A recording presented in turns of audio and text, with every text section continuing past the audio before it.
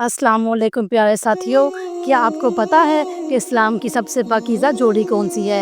इस्लाम की सबसे पाकीज़ा जोड़ी हज़रत फ़ातिमा हज़रत अली रज़ी अल्लाह तआला अन्हु की है। आइए हम उनकी ज़िंदगी का एक खूबसूरत वाक़या बयान करते हैं। हज़रत फ़ातिमा को एक बार चक्की पीसते-पीसते हाथों में छाले पड़ गए, पानी बढ़ने से कंधों पर निशान आ गए।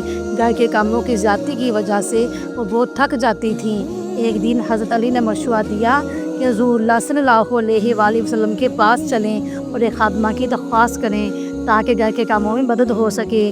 जब हज़रत फ़ातिमा रसूलुल्लाह सल्लल्लाहु अलैहि वसल्लम के पास पहुंची तो शर्म हया की वजह से वो अपनी बात ना कह सकी और वापस आ गई।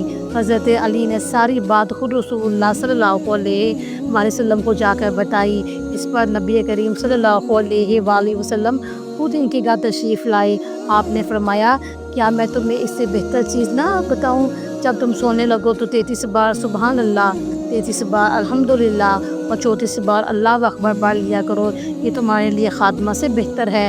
हज़रत फ़ातिमा हज़रत अली ने इस पर सब्र किया, शुक्र अदा किया और ये अमल हमेशा के लिए अपना लिया।